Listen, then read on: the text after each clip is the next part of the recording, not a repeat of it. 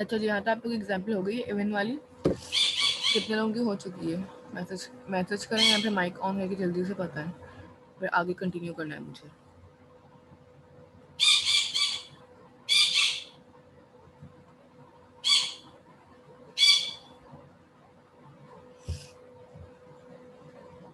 Ma'am हो गया मेरा।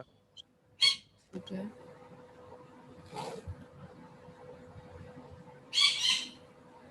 ठीक है, हंसला का भी हो गया। ठीक है, मैंने नाम नोट डाउन कर लिए। यहाँ पे आ जाते हैं। नेक्स्ट आपके पास यहाँ पे एग्जाम्पल आती है प्रिंट टेबल्स थ्रू रिकर्जन। ठीक है, कि आप रिकर्जन के थ्रू किस तरह से टेबल्स को प्रिंट कर सकते हैं। ठीक है, या आप रिकर्जन के थ्रू किस तरीके से अपने पास कोई भी टेबल या यूज़र से इनपुट लेके प्रिंट कर सकते हैं। ठीक है, अगर आपको यूज़र से इनपुट लेना है तो आपको पता है कि आप इनपुट करके किस तरीके से सेंटेंस लिख रहे होते हैं। अब यहाँ पे आ जाते हैं मैनुअल के ऊपर। सबसे पहले यहाँ पे आपके पास प्रिंट करना है प्रिंट टेबल थ्रू रिकर्जन। ठीक है, यहाँ पे आपके पास एग्जांपल है प्रिंट टेबल की। सबसे पहले आपने वही काम करना है, एक मेथड बना लिया है प्रिंट टेबल का। यहाँ पे मैंने कुछ पैरामीटर्स दिए। लेट सपोज पहला पैरामीटर है टेबल का। ठीक है, अगर आपने कौन सा टेबल प्रिंट करना है, 2 का, 3 का, 4 का एंड सो ऑन। स्टार्टिंग कहाँ से होनी है और एंडिंग रेंज कहाँ तक आनी है। हो सकता है कि मैं 2 का टेबल 1 से स्टार्ट करूँ और 20 तक लेके जाना चाहूँ, 10 तक ना लेके जाना चाहूँ। So it up to me कहाँ से कहाँ तक रीच हो। अगर मेरी start range less than equal to होती है एंड रेंज की। ठीक है, मतलब कि 1 से स्टार्ट हो रहा है और 10 तक लेट सपोज जा रहा है, तो डेफिनेटली ये 1 to 10 चल जाएगा इजीली। अगर एंडिंग रेंज ज़्यादा हो जाती है तो भी कोई मसला नहीं है, बट अगर स्टार्टिंग रेंज ही गलत हो गई या 10 to 1 मैंने कर दिया, उल्टा डाल दिया, तो डेफिनेटली ये प्रॉब्लम हो जाएगा।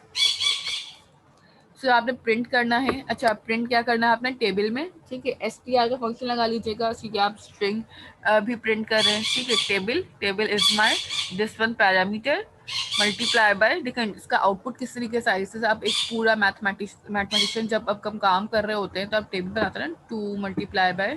ठीक है, ये आपके पास आ जाएगा 1 इज इक्वल टू 2। ठीक है, तो इस तरह से आपके पास एक आउटपुट जनरेट हो रहा है ये वाला। ठीक है, तो दिस 2 जो है आपके पास ये वाला है, फिर बीच में मल्टीप्लाई का साइन कॉन्केटिनेट किया, फिर 1 को कॉन्केटिनेट किया। आपके पास 1 जो है मेरा स्टार्टिंग पॉइंट है। ठीक है, और जब मेरा एंडिंग पॉइंट यहाँ पे होगा तो वो हो जाएगा आपके पास 10। तो 10 तक लेके जा रहे होंगे अपने टेबल को, तो आपके पास 2 1 2 3 4 5 6 10 तक प्रिंट कर रहा होगा। आखिर में आपने इन दोनों को मल्टीप्लाई कर लिया, टेबल को और जो आपकी स्टार्टिंग वैल्यू, इन दोनों का मल्टीप्लाई कर लेंगे। तो जब मेरे पास टेबल 2 का होगा तो 2 पहले मल्टीप्लाई बाय 1 हुआ, फिर 2 होगा, फिर 3। कैसे हो रहा है ये इंक्रीमेंट। यहाँ पे नेक्स्ट स्टेप पे आप देख रहे होंगे कि टेबल आ गया और यहाँ पे स्टार्ट प्लस 1। स्टार्ट प्लस 1 का मतलब क्या कि एक एक नंबर का आपने इंक्रीमेंट बना के प्रिंट करना है, सिंपल एंड दैट्स इट।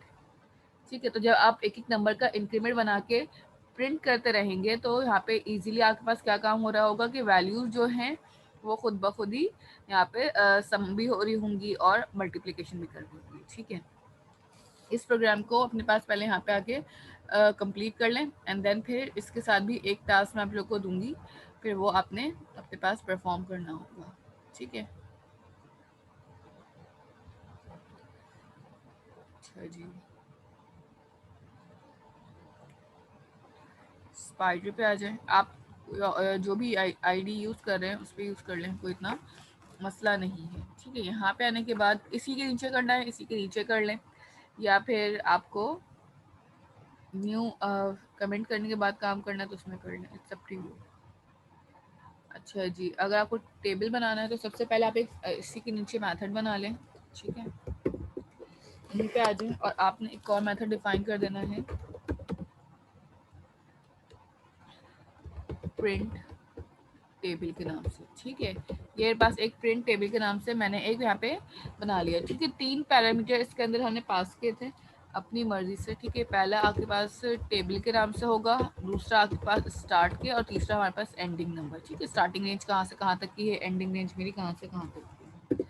यहाँ तक करने के बाद अगर आपके पास इफ अगर मेरे पास यहाँ पे स्टार्ट जो है वो लेस देन इक्वल टू हो जाए एंड के, तो फिर आपने यहाँ पे आके क्या करना है, सिंपल प्रिंट करेंगे। आप स्टेटमेंट, प्रिंट के स्टेटमेंट को यूज़ करेंगे और अपने पास टू का टेबल की जो सीक्वेंस बताई थी ना मैंने, उसको आप लिखना स्टार्ट कर देंगे।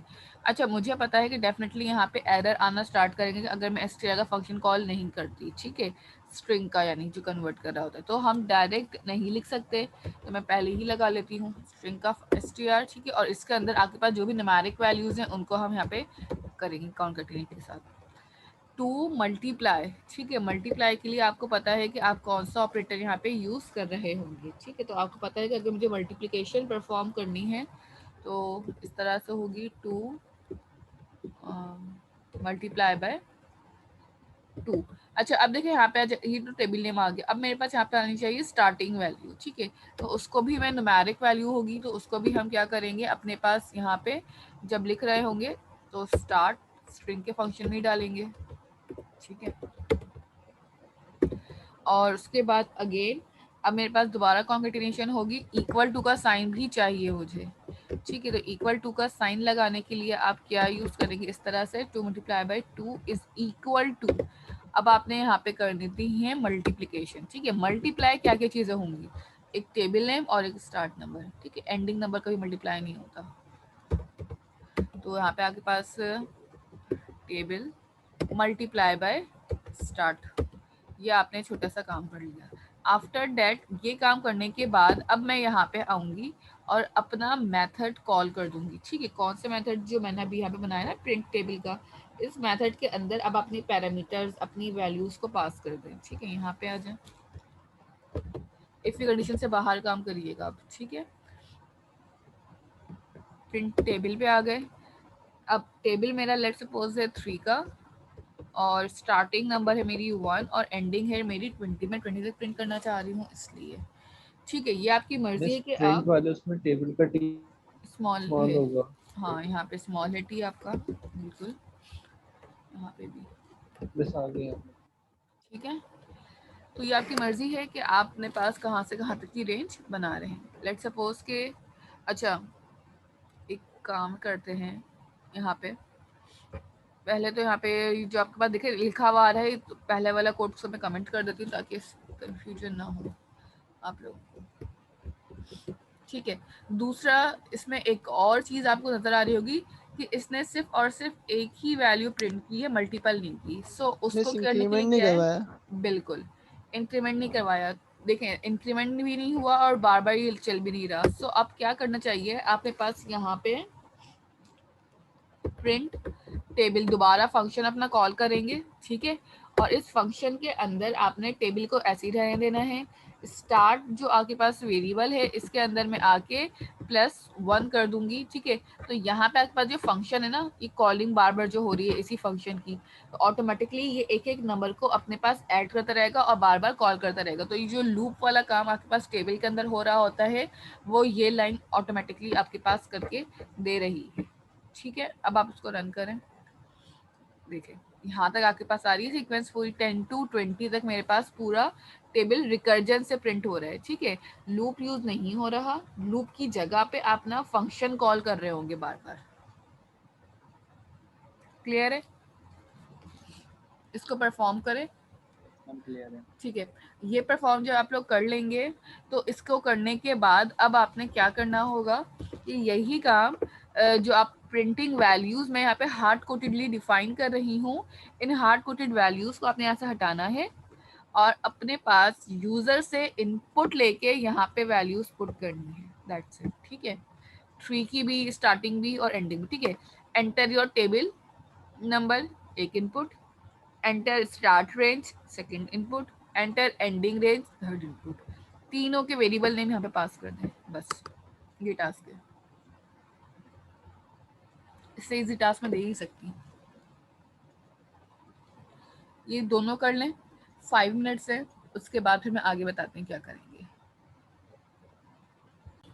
ठीक है। अब आपके पास नेक्स्ट यहाँ से स्टार्ट हो रहा है रिकर्जन विद स्टैक, ठीक है। रिकर्जन विद स्टैक का मतलब क्या है कि आपने जिस तरह से लास्ट आपका मिड टर्म से पहले हमने स्टैक को डिस्कस किया था कि आपके पास स्टैक क्या काम करता है। Many programming languages implement bye means of stack, ठीक है। स्टैक और क्यू बहुत कोर और इम्पॉर्टेंट पार्ट होते हैं किसी भी प्रोग्रामिंग के साथ, ठीक है, जब भी आपके पास डेटा स्ट्रक्चर पढ़ रहे हैं। लेकिन अगर हम बात कर रहे हैं इसी को रिकर्जन में, अभी तक आपने जो स्टैक में काम किया है वो डायरेक्ट किया था, ठीक है, रिकर्जन के थ्रू नहीं किया था, आप ज़्यादा लिस्ट यूज़ कर रहे थे उनके साथ। बट अगर मुझे यही काम अपने पास स्टैक को भी रिकर्जन पे लेके जाना है, हम हर चीज़ जितना भी अब तक हमने काम किया हम सब चीज़ों को रिकर्जन पे लेके जाना चाह रहे हैं, ताकि हम देख सकें कि अगर हम हर चीज़ पे रिकर्जन अप्लाई करते हैं तो आउटपुट किस तरह का मेरे पास आ रहा होगा, या आउटपुट मेरे पास किस तरीके का बन रहा होगा, ठीक है। Generally whenever a function caller या आपका जो भी फंक्शन है कॉल्स अदर फंक्शन और itself as callee the caller function transfer execution to the control of call, ठीक है। तो जो भी फंक्शन है अगर वो किसी दूसरे फंक्शन को कॉल कर रहा है तो डेफिनेटली फिर जो पूरा फ्लो ऑफ कंट्रोल है आपके प्रोग्राम का, आपकी लॉजिक्स का, वो सारा उस सेकंड वाले फंक्शन के पास आ जाएगा। द ट्रांसफर प्रोसेस में भी also involve some data to be pass from the caller to callee, ठीक है। तो आपके पास जो भी डेटा है, जो भी आप चीज़ें परफॉर्म कर रहे हैं वो एक जगह से दूसरी जगह पे कॉल हो रही होगी। अच्छा, यहाँ पे आपके पास स्टैक को इम्प्लीमेंट करने के लिए कोई बहुत मुश्किल नहीं है, सस्पेंड भी हो रही होती चीज़ें, यहाँ पे टेम्परेरी एग्जीक्यूशन को हम रोक देते हैं प्रीवियस वाले मेथड की, और जो करंट मेथड की चल रही होती है उनको इम्प्लीमेंट करते हैं। अच्छा,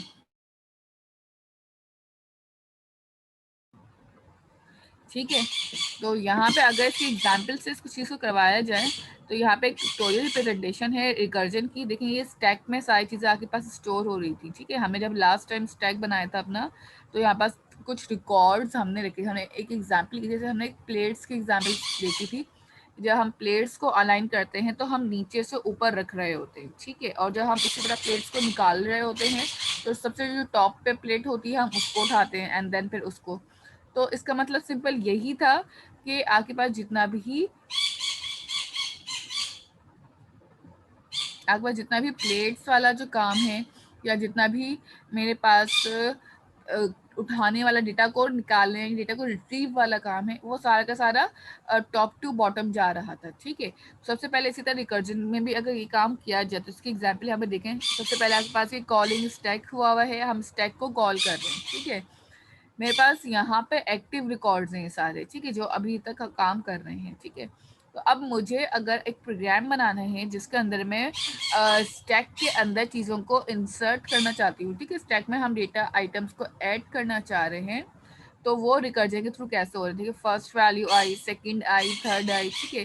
तो ये पूरी वैल्यू देखिए, फंक्शन कौन सा है, एफ एन हुआ, -2 हुआ, और यहाँ पे जो वैल्यूज आई, सबसे पहले जो वैल्यू इंसर्ट हुई थी वो FNQ हुई, फिर सेकंड वैल्यू आपने जो डाली थी वो FN-1 के नीचे आ गई, और सबसे ऊपर जो डाली थी वो यहाँ पे आ गई टॉप पे, ठीक है।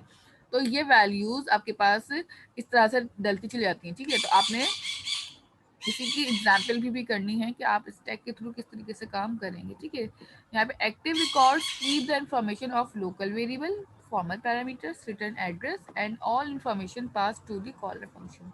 तो जितना भी आपके पास रिकॉर्ड होगा कॉलर फंक्शन का, जो भी आप काम कर रहे हैं उन सब चीज़ों का वो यहाँ पे आपके पास मेंशन है। अगर हम बात करें यहाँ पे एक प्रोग्राम की जिसमें आप फैक्टोरियल कैलकुलेट कर रहे हैं, फैक्टोरियल का प्रोग्राम आपने पहले भी बनाया है, ठीक है, this is not for first time कि आप पहली बार नहीं बनाएंगे फैक्टोरियल। फैक्टोरियल की लॉजिक हमें पता है कि फैक्टोरियल की लॉजिक वर्क कैसे कर रही होती है। तो अगर मैं किसी भी प्रोग्राम का फैक्टोरियल बना रही हूँ, लेट सपोज कि यहाँ पे लिखा है फैक्टोरियल 5 का चाहिए, तो 5 के फैक्टोरियल में सबसे पहले क्या होगा, आपके पास 5 मल्टीप्लाई हो जाएगा 4 से, 4 मल्टीप्लाई हो जाएगा 3 से, और 3 मल्टीप्लाई हो जाएगा मेरे पास 2 से, और 2 मल्टीप्लाई अगेन हो जाएगा मेरे पास 1 से, ठीक है। ये एक छोटी सी लॉजिक है जो कि आपके पास फैक्टोरियल के प्रोग्राम्स बनाने में हमेशा रन हो रही होगी। बट अब करेंगे क्या, जब भी आपके पास फैक्टोरियल चल रहा होगा, फैक्टोरियल रन हो रहा होगा, तो मुझे अपने पास इस तरह से लॉजिक मेंटेन करनी है कि मेरे पास ये रिवर्स ऑर्डर में चले। पहली कंडीशन, यानी कि आपका जो लूप है, आपके पास कंडीशन जो है वो रिवर्स में आने के लिए आपको डिक्रीमेंट करना है। हर बार डिक्रीमेंट आप देख सकते हैं कि एक एक नंबर का हो रहा है, इसलिए वी हैव टू डू -1, ठीक है। तो आपके पास ना पहले आप लॉजिक सोचा करें कि आपके पास अगर कोई चीज़ आउटपुट में पता है कि आ रही है और वो आउटपुट कैसे आ रहा है पहले तो उसको डिज़ाइन करना देखना होगा हमें कि ये आउटपुट अगर बन रहा है, ये आउटपुट अगर आ रहा है तो इसके पीछे की रीज़न क्या है, इसके पीछे इसका ड्रॉबैक क्या है, किस तरीके से ये आउटपुट दे रहा है मुझे, ठीक है। तो अगर मैं यहाँ पे एक फैक्टोरियल के प्रोग्राम की बात करती हूँ तो मैंने सबसे पहले एक यहाँ पे फैक्टोरियल नंबर को इनपुट ले लिया। अगर नंबर मेरे पास बराबर होता है 1 के, ठीक है, नंबर बराबर 1 के होने का मतलब क्या है यहाँ पे कि ये वाली कंडीशन पे आ जाती हूँ मैं, इस कंडीशन पे, तो फिर मुझे क्या रिटर्न कर देंगे हम, सिंपल यहाँ पे, ठीक है। अगर मैं इस कंडीशन पे लाई कर रही हूँ, इस कंडीशन पे खड़ी हूँ, तब तो आप रिटर्न 1 कर दे, रिटर्न 1 का तरीके खत्म कर यहाँ पे, इसके बाद कुछ नहीं है। एल्स, ये काम एल्स वाला है कि अगर मेरे पास नंबर 1 के बराबर नहीं होता, लेट सपोज नंबर 5 के बराबर है अभी, क्योंकि हमने यहाँ से कौन सी वैल्यू भेजी पैरामीटर में, अभी मेरे पास वैल्यू है 5 पैरामीटर के अंदर, ठीक है। तो फिर नंबर क्या होगा 5, फैक्टोरियल का फंक्शन कॉल हुआ जिससे मैंने क्या किया हुआ है 5 को -1, इट मीन्स दैट के पहले आपके पास यहाँ पे क्या हो गया, 5 माइनस नंबर में क्या था 5 - 1 हो गया 4, अब क्या हो गया 5 4 जा 20, ठीक है। सबसे पहले आपके पास एक वैल्यू आ गई यहाँ पे 20, ओके। अब दोबारा चेक होगा इफ के पास जाके, ये दोबारा रिटर्न करेगा इफ के पास, क्या नंबर बराबर है 1 के, नीचे आएगा रिटर्न पे। अब नंबर में कौन सी वैल्यू पड़ी है मेरे पास 20, ठीक है, और फैक्टोरियल का जो नंबर है, ठीक है, उसमें कौन सी वैल्यू पड़ी हुई है अब वो देखनी होगी, ठीक है। तो वो क्या हो जाएगी, पहले यहाँ पे 4 आया था, अब क्या हो जाएगा 3, ठीक है। तो 20 मल्टीप्लाई बाय 3 कर देंगे तो 23 का क्या हो जाएगा आपके पास 60, तो आपने यहाँ पे क्या लिख दिया 60। इसी तरह अगेन आप इसको चलाएंगे, अब 60 हो जाएगा ये, अब रिटर्न में 60 मल्टीप्लाई बाई 60 हो जाएगा और 60 -2 कर दें, ठीक है। यहाँ नंबर में क्या हो जाएगा 62 का जो भी आपके पास आंसर आ रहा है, ठीक है। तो क्या हो जाएगा यहाँ पे 60 को 2 से मल्टीप्लाई करेंगे डेफिनेटली इट विल बी 120, ठीक है। 120 का जब 1 से मल्टीप्लाई करेंगे तो क्या आ जाएगा, अगेन आपके पास आंसर में 120 ही रहेगा। अब यहाँ पे आपके पास जो है जब 120 आ गया तो नंबर में क्या वैल्यू बची एंड में मेरे पास 1, जब मैं 1 से मल्टीप्लाई कर रही हूँ तो फिर आखिर में क्या बच रहा है 1, क्या नंबर 1 के बराबर है, यस। तो रिटर्न क्या हो जाएगा 1, रिटर्न 1 का मतलब ये है कि अब आपके पास कोई भी आगे काम नहीं हो रहा होगा, एग्जीक्यूशन मेरी यहाँ पे स्टॉप हो जाएगी, ठीक है। इस लाइन पे मेरी एग्जीक्यूशन जो है वो कंप्लीट हो गई, इस लाइन पे मेरी एग्जीक्यूशन स्टॉप हो गई। यहाँ तक ये बात इसकी लॉजिक समझ में आती है कि आपके पास फैक्टोरियल में अगर हम काम करते हैं तो फैक्टोरियल में लॉजिकली किस तरह से आप काम करेंगे, कि लॉजिकली आप किस तरीके से रिकर्जन के थ्रू काम कर रहे हैं, ये क्लियर है, ठीक है। Yes ma'am. ओके, नेक्स्ट आपके पास इसी एग्जाम्पल को, क्लियर। ठीक है, इसको अब इम्प्लीमेंट भी करना है आपके पास, कि आप इम्प्लीमेंटेशन पॉइंट ऑफ व्यू से किस तरीके से इसको देख सकते हैं, ठीक है। इसे क्लियर कर दें, स्क्रीन शेयर कर देती हूँ मैं आपको स्पाइडर की। सबसे पहले आपके पास स्पाइडर पे आ जाए, जस्ट अ मिनट। यहाँ पे आने के बाद अब आपको सबसे पहले काम क्या करना होगा, स्पाइडर की स्क्रीन दिखा दूँ, विजिबल है स्पाइडर की स्क्रीन आप लोगों को, यस मैम।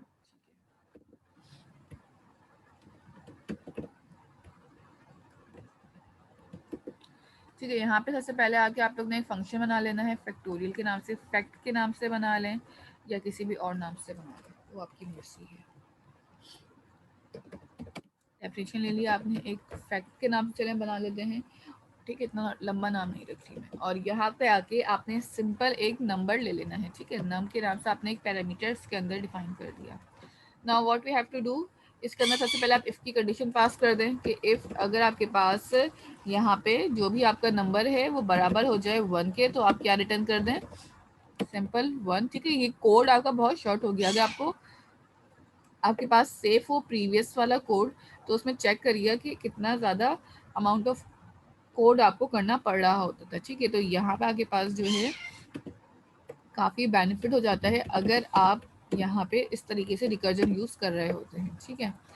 या तो रिटर्न 1 होगा, और अगर रिटर्न 1 नहीं होता तो फिर आप क्या रिटर्न करेंगे यहाँ से, नंबर्स, ठीक है। और नंबर को मैं मल्टीप्लाई कर दूंगी अपने पास यहीं पे फैक्ट और फैक्ट के अंदर हम क्या करेंगे, नम को -1 करते रहेंगे, ठीक है, अगर एक एक नंबर मेरा माइनस होता रहे, डिक्रीमेंट। एट द एंड मैं आपके पास यहाँ पे फैक्ट के अंदर वैल्यू को पास कर दूंगी। लेट सपोज कि मेरी वैल्यू जो है वो मैंने फैक्टोरियल 5 का निकालना है, ठीक है, यहाँ पे। अच्छा, यहाँ पर करने के बाद इसके एरर को ही पढ़ लेंगे, अनडिफाइंड नेम फैक्ट, क्यों हमने यहाँ पे टी नहीं लगाया था, ठीक है। उसको आप प्रिंट करेंगे तो डेफिनेटली अभी आपके पास कुछ आउटपुट प्रिंट नहीं हो रहा होगा। क्यों नहीं प्रिंट हो रहा? क्योंकि आपने यहाँ पे रिटर्न की स्टेटमेंट्स दी हुई हैं, प्रिंट नहीं लगाया हुआ। सो आप जब प्रिंट करेंगे इस स्टेटमेंट को प्रिंट के ब्लॉक में करिएगा ताकि आपके पास आउटपुट शो होता रहे, सही है। यहाँ पे आपके पास आउटपुट आ रहा है 120। इसी तरह अगर मैं फैक्टोरियल 4 का देखती हूँ तो यहाँ पे ऑटोमेटिकली आपके पास 624 आ रहा होगा आउटपुट, ठीक है। तो जितने फैक्टोरियल्स आप डालेंगे वो आपके पास इसी हिसाब से आउटपुट जनरेट करता रहेगा, ठीक है। ये भी बहुत छोटा सा प्रोग्राम था आपका, इसको ही परफॉर्म कर लें अपने पास पहले।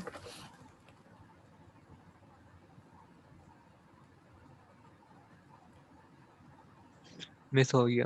ठीक है,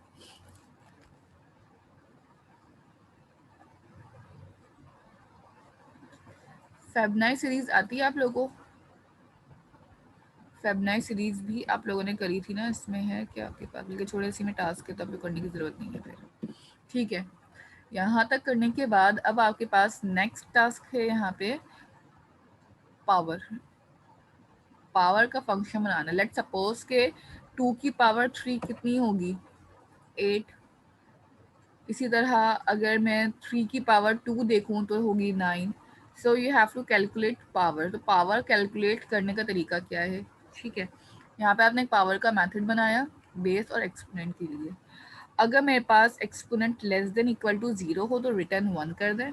अदरवाइज आपने क्या करना है, बेस को, ठीक है, जो भी आपके पास आ रहा है बेस आपके पास ना हमेशा नीचे वाला नंबर होता है, ठीक है।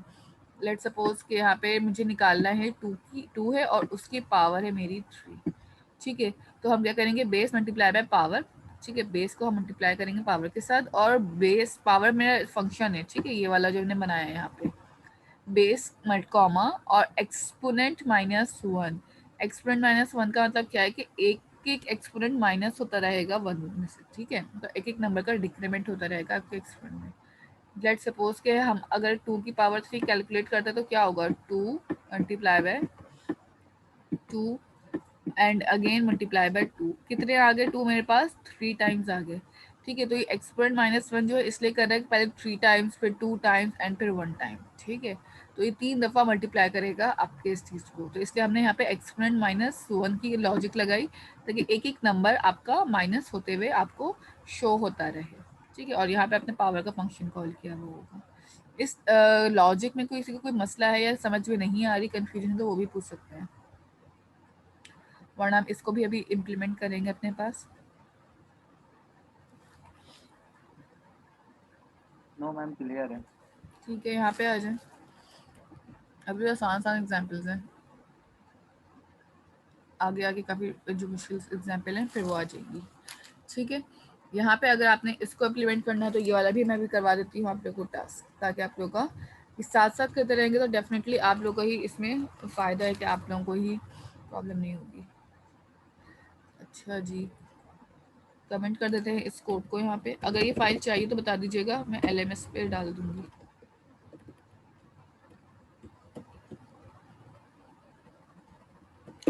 अच्छा जी, यहाँ से स्टार्ट करते हैं अपना कोड करना। सबसे पहले आप एक डेफिनेशन बना लें यहाँ पे,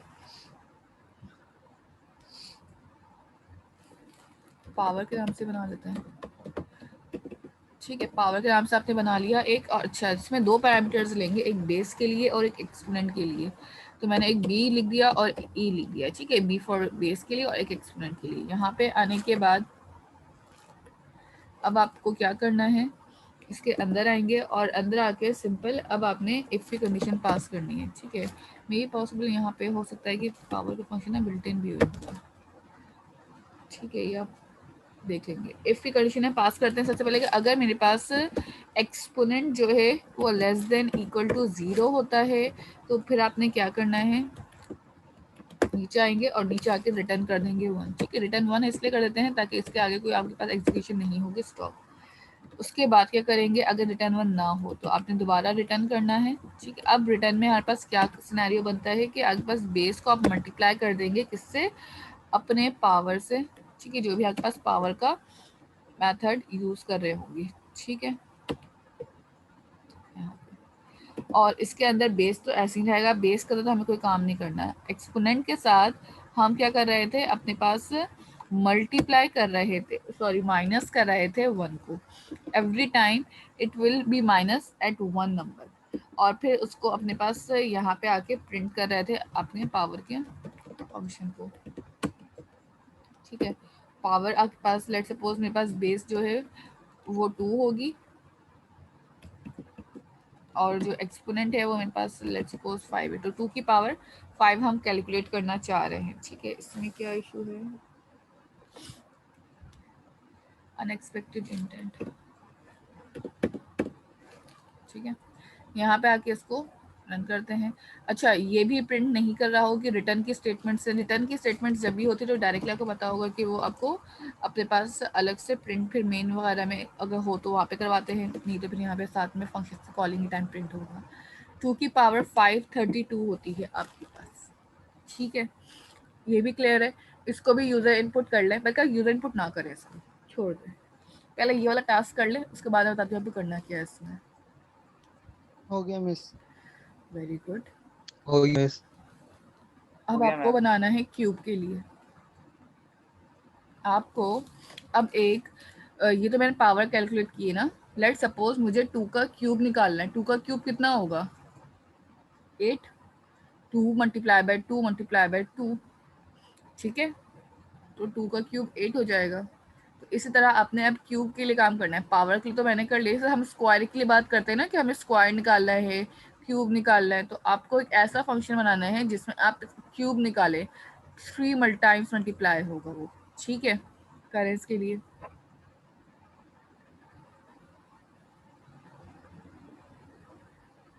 हो जाएगा। अब आपने सिंपल क्यूब्स के लिए काम करना है।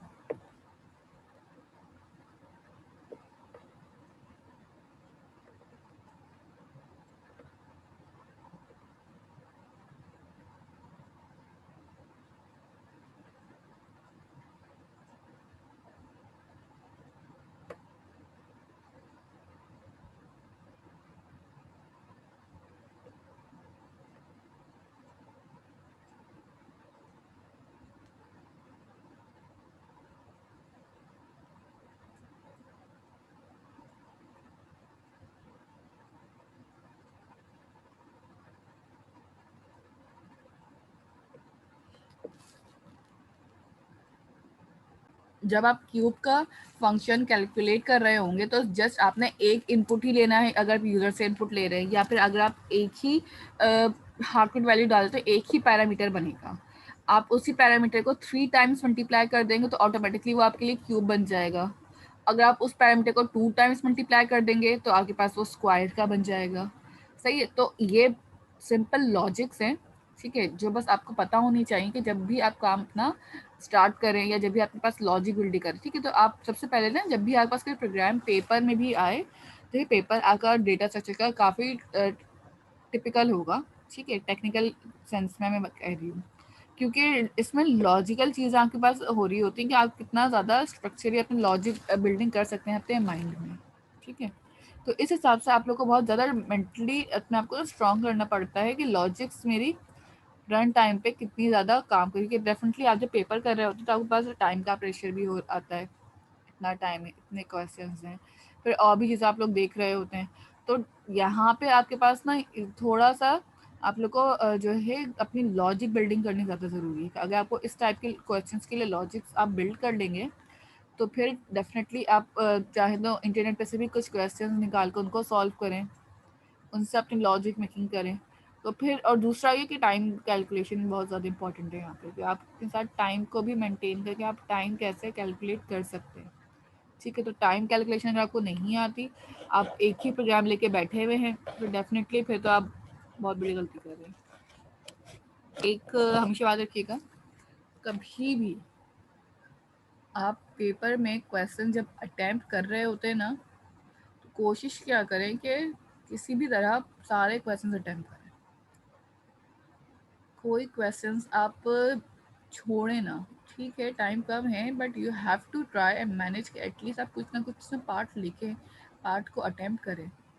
अदरवाइज हो सकता है नहीं पॉसिबल कि आपको उस अटेम्प्टेशन के मार्क्स मिल सकते हैं, क्या पता आपने जो जल्दी में लिख दिया क्या पता वो ठीक हो, कुछ पार्ट उसमें से कुछ मार्क्स आप गेट कर सकें। सो बिल्कुल ही अटेम्प्ट ना करना ना, ये बहुत बड़ा एक रिस्क होता है, जो डायरेक्टली आपको ज़ीरो दिलवाता है। ठीक है, यहाँ पे पावर के बाद अब आपके पास नेक्स्ट क्वेश्चन आ जाते हैं फेबनाई सीरीज़ का।